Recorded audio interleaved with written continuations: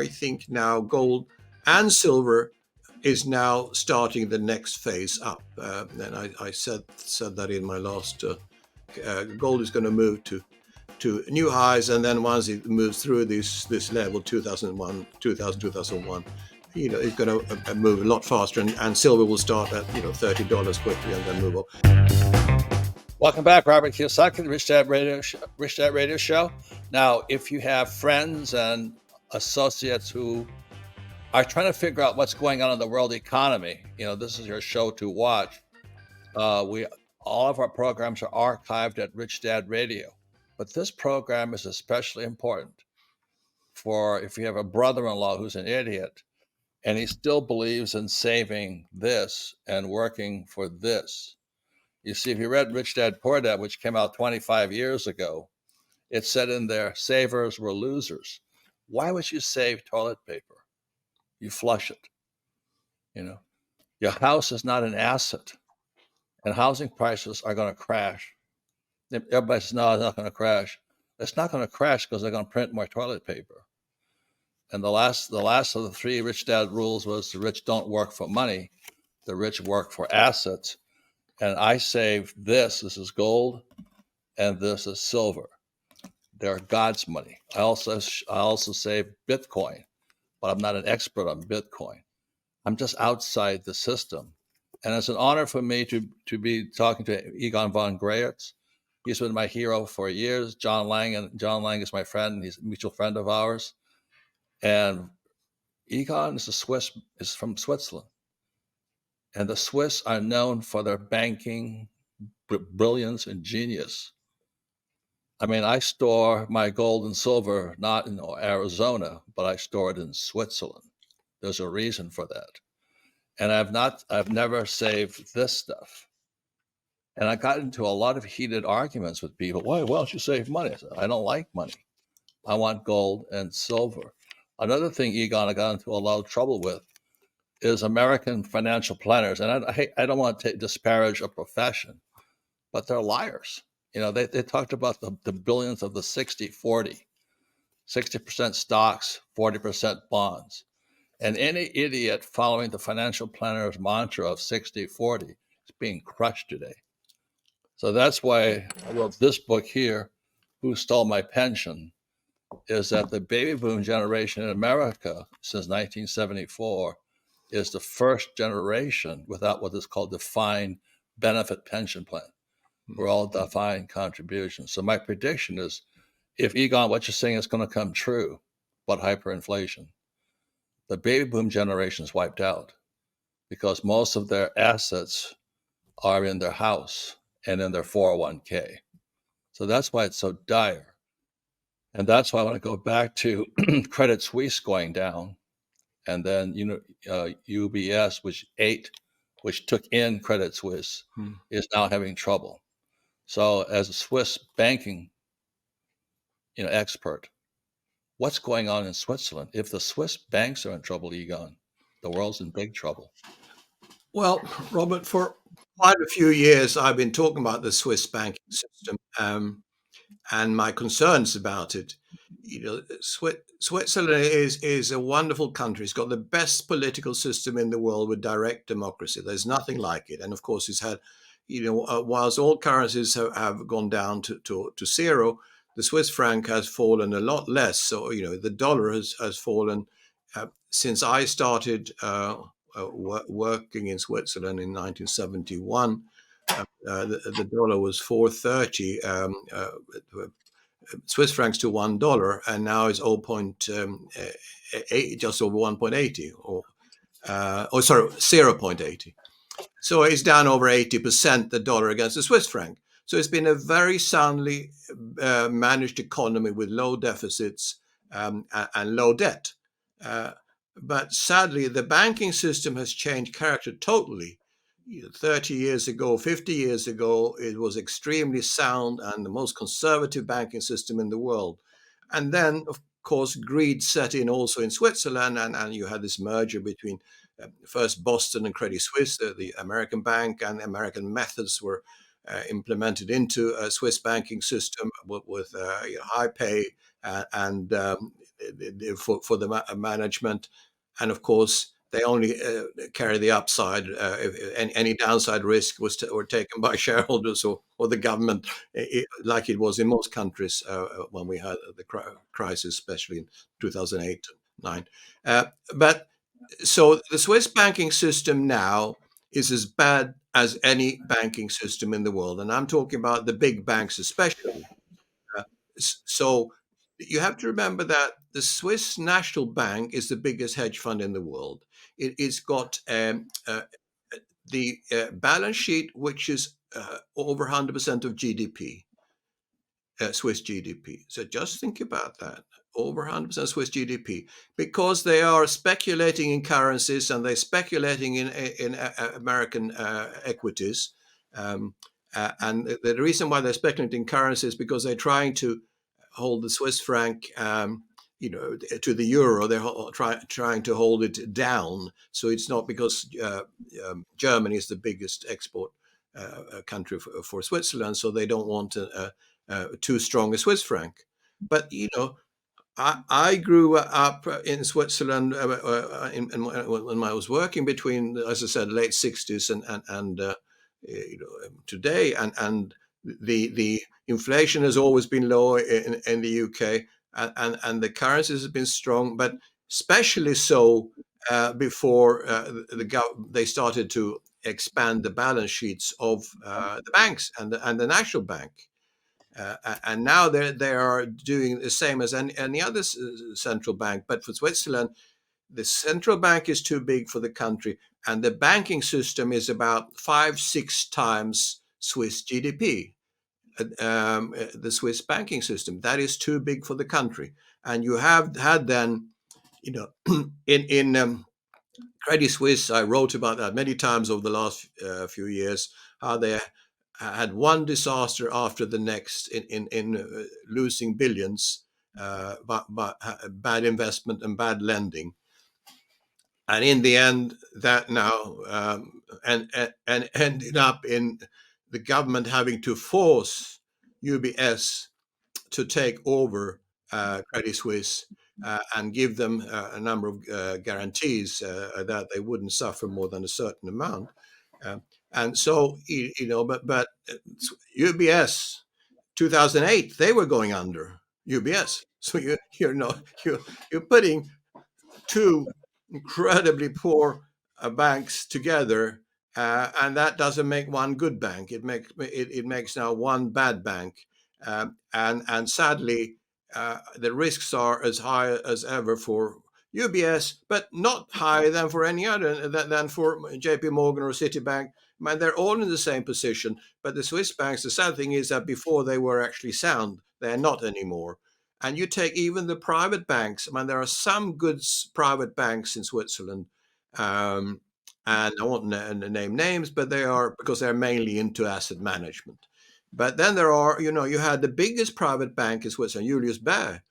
They now, for example, they have property loans to. There was one Austrian now major property speculator, and you're talking about something like a billion or so in losses, probably just for one client. So what I'm saying is now even the private banks have got too greedy, some of them at least.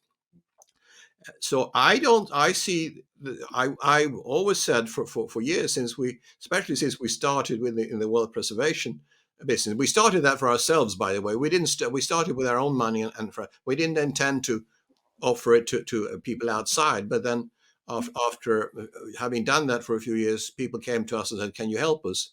And that's why now we have people in helping people in 90 countries.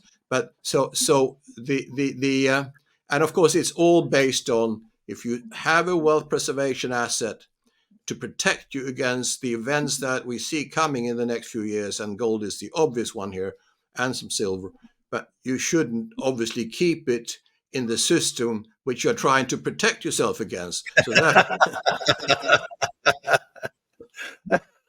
I don't know if you guys get the how funny that is. But all these years, Egon and I, I mean, I've been doing it since '72. I've been a gold bug, telling people don't save dollars and all this. And I get laughed at. Yeah, But people actually trust their money to the system that's stealing from them. yeah, If you can understand that, and that's why you alluded to it earlier, the Federal Reserve in 1913, they're there to steal your wealth. And people then work hard to get their money. Inflation and taxes eats away the dollar, and then you put it into safekeeping in the bank. The very people that are stealing from you. It is so crazy. But this is what's even crazier.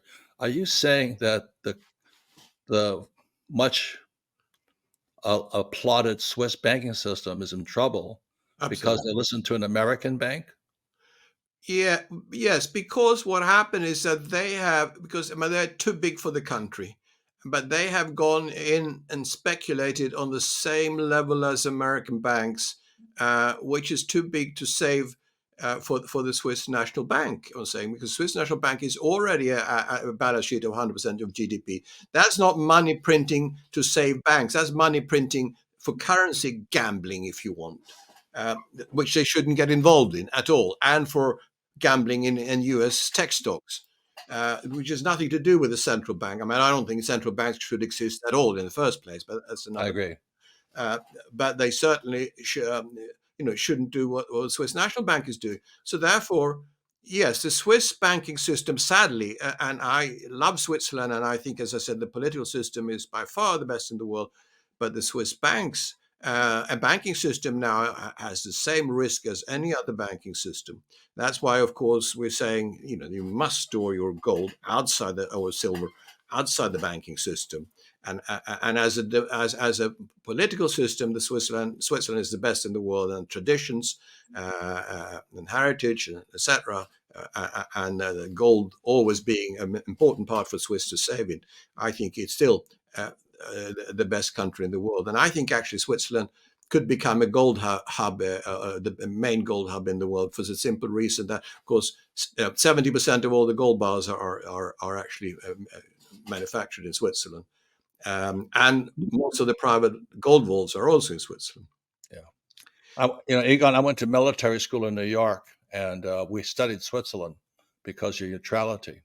Yeah, So when Kim and I got married 20 something years ago, we honeymooned in Switzerland just because I wanted to study neutrality.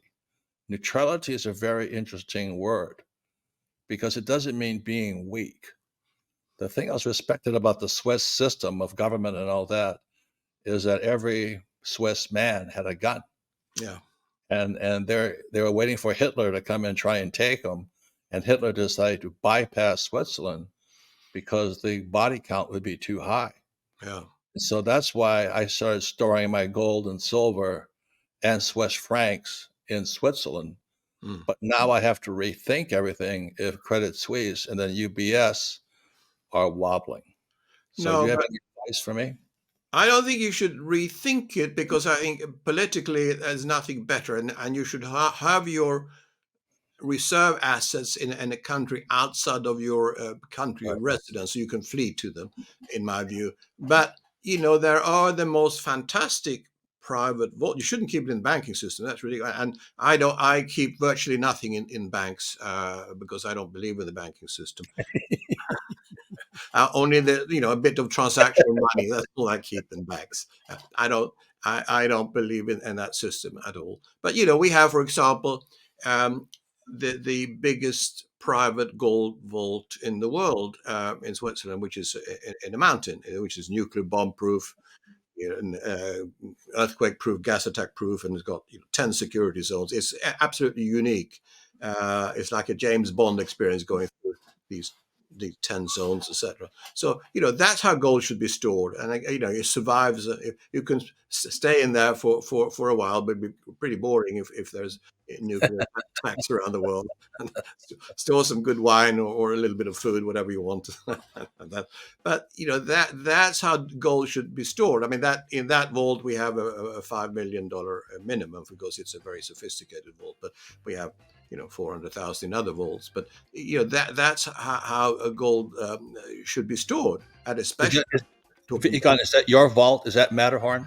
No, it's not our own. No, we have it with partners. We're cooperating with partners, so we are an important part of that, but it's not our own vault. Hi everyone, I'm Kim Kiyosaki, co-host of the Rich Dad Radio Show. Robert and I have warned that 2023 was going to be a roller coaster of volatility.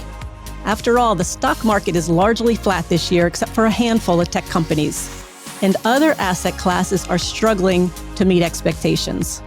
One survey reveals that living paycheck to paycheck is the most common lifestyle in America, even for those making six-figure incomes. Combined with hundreds of thousands of layoffs in just the last few months, it's clear a financial storm is brewing.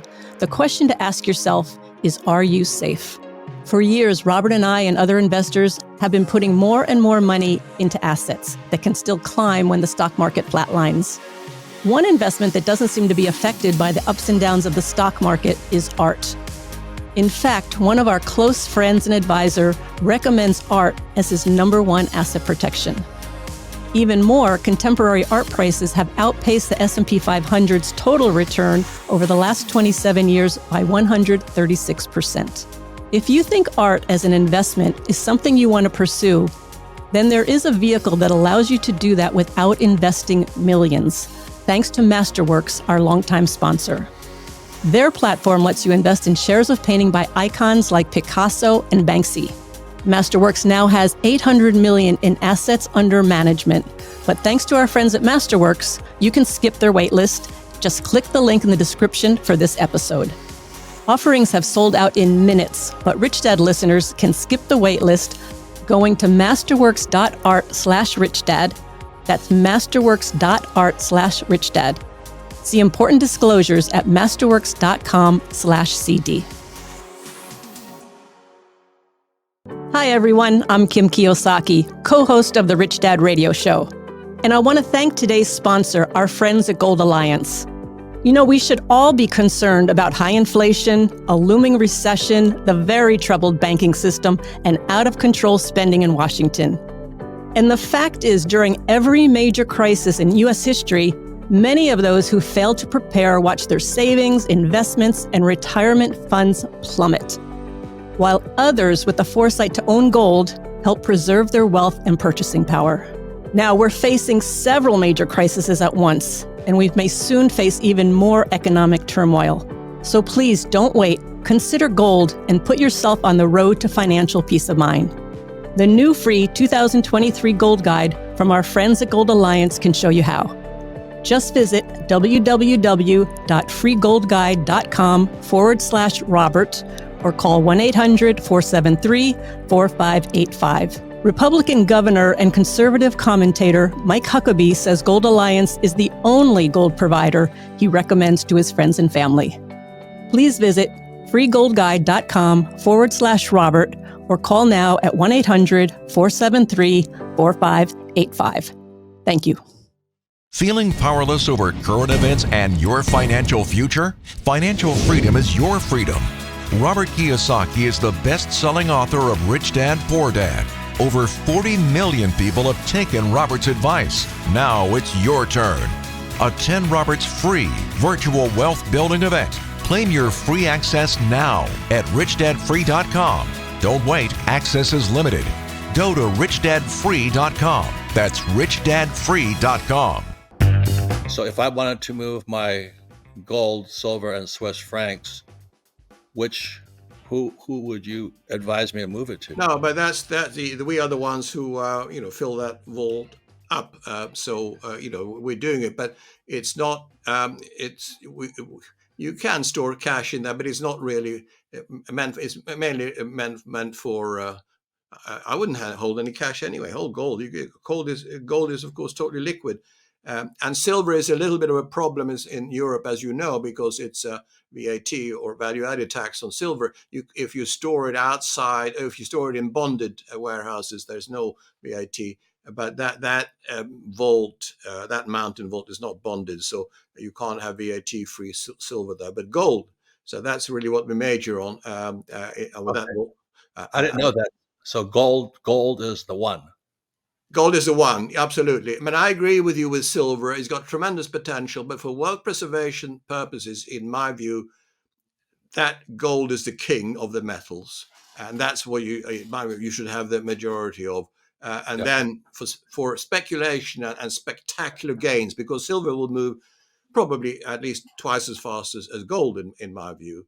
But Yes. we've seen so many investors that they can't take the corrections. For example, Right. silver also corrects twice as fast, and Yeah. that's why we tell investors that for wealth preservation purposes, gold will pay you as much uh, return as you want. And you don't need to have silver. If you want to have a bit of silver for fun, yes, absolutely, because it will have spectacular gains.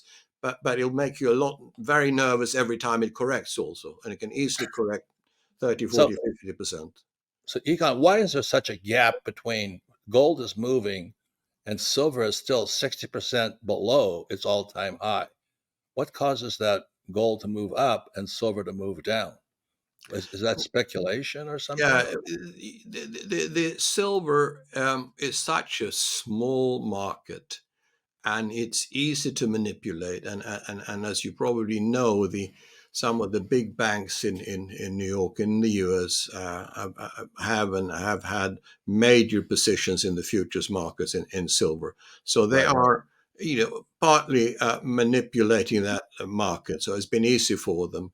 I mean, but of course, as soon as I think they will fail next time, I think now gold and silver is now starting the next phase up. And I said that in my last newsletter, or the one, yeah, that basically they're not going to be able to hold it back.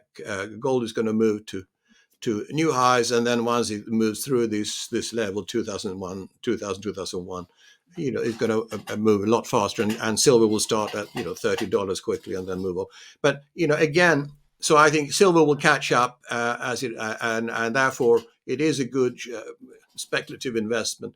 But we never ever forecast the gold price what it's going to reach, because what's the purpose, Robert, of forecasting the gold price in money that you don't know what it's going to be worth? It's better than to say, tell me the gold price in chickens or in cows. so That's Egon, let me ask you this. When I see gold price goes up, it means the purchasing power of the dollar is coming down. exactly. And so it's not good news. Yeah, You know what I mean? I hate it because it means the poor guy's getting wiped out. yeah, If the price of gold is going out, the poor and middle class are being wiped out. That breaks my heart. yeah. I agree with you, and I tell people don't wish to go for gold to go up, because when it does go up in paper money the way that I think it will do, then the quality of your life is not going to be what it is today. Right, Uh, and But sadly, from that point of view, the metals in fiat currency will reach levels that no one can imagine today, right. in my view. What's your position on Bitcoin? Because that's a question I'm asked a lot. Well, I'm a pure wealth preservationist, as, as you might have gathered, and I know. I think that Bitcoin could go to $1 million, again measuring in fiat, or it could go to zero. And that's Right, not that binary bet is not of interest to me. So therefore, I stayed out of Bitcoin. And of course, people say you're a fool because you missed a lot of potential gains. But I don't ever mind missing gains. I'm very happy with my gold and some silver. well, with Bitcoin, I bought it when it was cheap, Yeah, and so today I look like Warren Buffett. But I just got lucky because some guy I trusted says you should buy some Bitcoin, and I did. And now I look like a rich man. You know what I mean? But yeah, same with gold. The same with gold. I was buying it when it was $50 an ounce. And I just never spent it. And yeah, silver, I was buying at $2. yeah. And all that meant to me was the purchasing power of the dollar was going down. That's all Exactly, it meant to me. exactly, exactly. And but Egon, this is the saddest part. I'll say it again. It meant the poor and middle class were getting poorer. Yeah. And now I think what you're saying, if I could summarize, we're on a verge of a major banking what? Yeah, a crisis, collapse. Sadly, nobody knows how long it will take because but it's not going to take decades. That's for certain. We're talking about years maximum. And when it happens, then it can happen so quickly, also, as Yeah. we saw in 2008. But this time, I do not believe that it's possible to save it. Sadly. And final words, what's your view on China? Because it's Russia, China, U.S. right now. I hear China's in trouble also. Yes, they are. Now, the only advantage China has that its financial system is very local, is not dependent on the rest of the world. So if Mm. they can contain it within China, then it'll be easier for them to actually survive a crisis, which they will have to. The only problem China could have, if you get some, they have to feed the people, because if you get social unrest, there could be real problems in China. But I think the Yeah. financial system, they will be able to keep under a better control than the rest of the world, although they are also massively indebted, through also massive speculation in property and other areas. And how is Deutschland, Germany doing? Deutschland is going to be sadly a massive problem, and the fact that they agreed with these sanctions. I mean, again, they shot themselves in the foot, in a major way. And I think Europe is, of course, on a decline, and we don't need to talk about BRICS, etc. But the move is clearly from west to east, or from west and south to east. So and so the Western culture now it's come to an end. It doesn't. Cultures don't end overnight, as we saw with the Roman Empire. It takes a long time, but we now come to a point when at some point in the next few years, I don't know how long it will take. You will have the Americans and the English and the Swiss. There will be au pairs in China, or you know what an au pair is. You, uh, so You some gotta, helps out in the family, a young girl normally, or could be a boy also. But so that shift is going to happen, and Europe will. Or it won't happen overnight. It takes time, as I said. But yeah, sadly, the Western culture has now come to an end, as China forecast in 1971 already. yeah. I was in Stuttgart 3 weeks ago, and I said the same thing you said. I said, "You guys are in trouble," Yeah. and they didn't disagree. Oh, it's you go to big cities there, you go to Frankfurt, etc. It's sadly it's not you could see the problems by just walking around. So Um, the very last question is this: how close to war are we? I mean, if Deutschland, I went to military school, so we used to laugh. You said you give a German a gun, they head to Poland. yeah. But that's Yeah, not sadly, and I don't mean to be critical, but I am sometimes. The US is trying to conduct wars in every country it can. That is nothing to do with it, sadly. yeah, Um, and both the war. I mean, as we both know, the war in Ukraine is not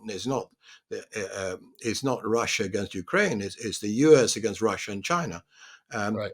and same with Israel is not Israel against Gaza or Hamas. It's the U.S. totally backing Israel again, and of course that. So the the um, the war in the Middle East, I would say, is almost more serious because that you have the whole Muslim and Arab world against the Western world, represented mainly by the U.S. at this point, and that could be very dangerous because remember, Muslims is not just countries conducting war.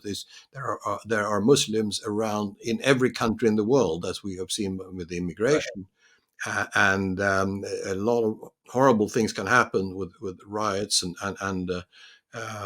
insurrections, and then we will have the rise, which is coming already, of the right wing or the Nazi parties fighting immigration, etc. So I see, sadly, a risk of a lot of social unrest in the world also. Well, Egon, I thank you. I'd like to have you back on it because, like I said, you have a worldly view more than a local view, and I respect that tremendously. I respect your business acumen and senses. So thank you, and I'll thank John Lang for this interview. Thank you. Can I just thank you? Can I just say one thing?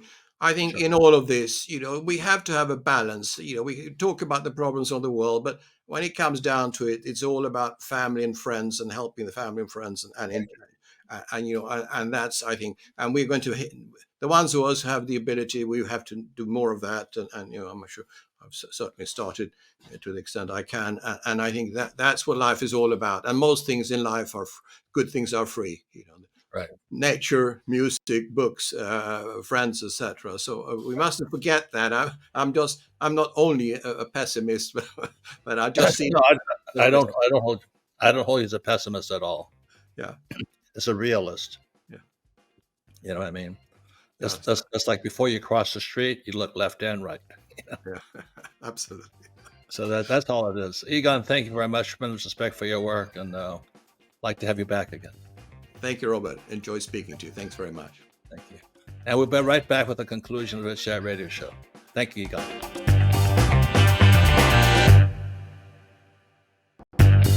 Welcome back, Robert Kiyosaki, the Rich Dad Radio Show, and really special thanks to Egon Von Greyerz. He's an amazing man. Like I said, I look for people with a worldly view. Be very careful of that, because many people have a neighborhood view of what's going on in Phoenix. But Egon sees the world from the world. He's worked all around the world. I know his businesses go all around the world. He ran a big, huge electronics company. And so he's had to import and supply chain it and all that. So he has a worldly view. And that's what I respect. So in closing, as I went to the U.S. Merchant Marine Academy, this is the ring from the academy. They call us ring knockers. Everybody went to federal schools, right? Ring knockers. And we had to study this book here, the Communist Manifesto, while most of my college friends were reading Alice in Wonderland. We had to study Marx. And so we had to understand the difference in economic philosophies. But one of the things we had to study was Switzerland. And Switzerland is neutral. And this is what I learned about neutrality. Neutrality doesn't mean you're weak. So during World War II, they had to, by being neutral, if you're an American pilot and you got shot down, you were still put in jail. And if you were a German pilot and you were shot down, you were put in jail. So they didn't take sides.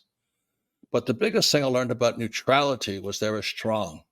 Hitler did not want to attack Switzerland simply because the Swiss are so well armed. And I say that today because many of our woke liberal, I won't say the words, but they want us to be weak. They're TikTok dancers. We can't even find men to fight in our military today because our schools are turning boys into girls or something like that. So we're losing our strength. And when we lose our strength, we can't be neutral. We'll be peasants. So that's why please listen to what people like Egon say, the worldly view. Let's be strong. Neutrality doesn't mean you're weak. Neutrality means you'll fight like a dog to maintain your neutrality. Because freedom is not free. Freedom means you fight for it. Thank you very much. This podcast is a presentation of Rich Dad Media Network.